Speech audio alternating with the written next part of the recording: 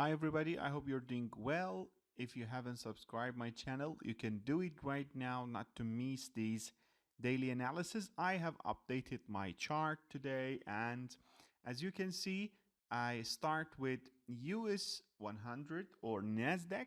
As you can see, we are in a downtrend and it is in a downtrend channel. And as you can see, we have, very strong resistance here, which is a kind of supply zone, and it's on the way. So when it goes, bullish, and when it gets completely bullish, we have some reaction at this zone, and we should wait to see. If there is a breakout of this zone, pullback, we could be hopeful for kind of uptrend. Otherwise, it's going to be downtrend. My own expectation would be downtrend up to the next time that they have good news from inflation from the United States and other countries. So let's focus on US30, and I have updated my chart for US30 as well. And for US30, as you can see, we are in the same downtrend, and the channel is valuable. You can see some reaction to the midline, so it works. And it was supported today exactly for the midline of the channel, but we have very strong, resistance for this area.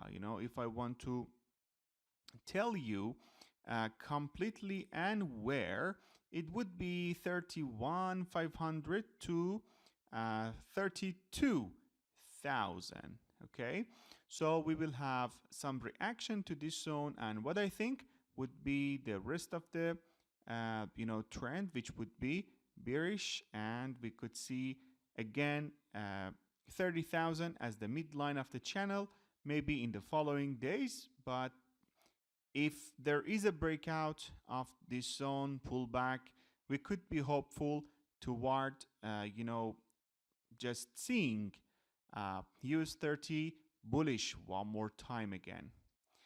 For gold, something interesting happened today, and you could see that it was seriously bearish, and that's why I'm here, because I told you everything about US30 and US100, but there was a big change here, and I thought it's necessary to come and tell you about the next targets of gold. According to the history of gold, we can see the first target it can have would be 1755, and after this zone we can see maybe 1720 or between 20 and 25, and the other target it can have would be 1685 to 1690. It takes time, to come to this zone, but you should know these important zones for your trades. And at the same time, I can see something like a support. It was a support, but it was broken. Maybe it could be a pullback and rest of the trend, and we might see this zone very soon. Maybe 1755 is on the way, and then 1720 or 25. Yes, you can update your chart like me then to see that it will happen or not. To see this zone, we should wait a lot, but it is probable, it is probable, seriously. And for Bitcoin, as you can remember, I have drawn a wedge for you, and I told you that if there is a breakout from either side, the market is gonna be that side, goes to that side seriously. And if it wants to get bullish one more time, we should have, there are a lot of, resistances on the way to be broken. But I guess for Bitcoin, it takes long time to be bullish, like, last year, and in past we had a really bullish trend, but it takes seriously time.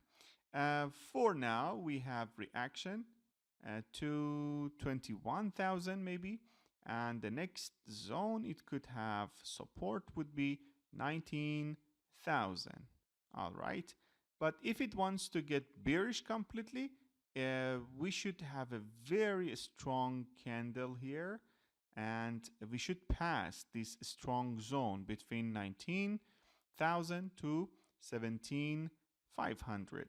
The next zone it can resist is 13,300, or 13,000 is the next support Bitcoin is gonna have. That's it. I hope you enjoyed this analysis. Don't forget to subscribe my channel, like, share this analysis if you enjoyed. Have a great time.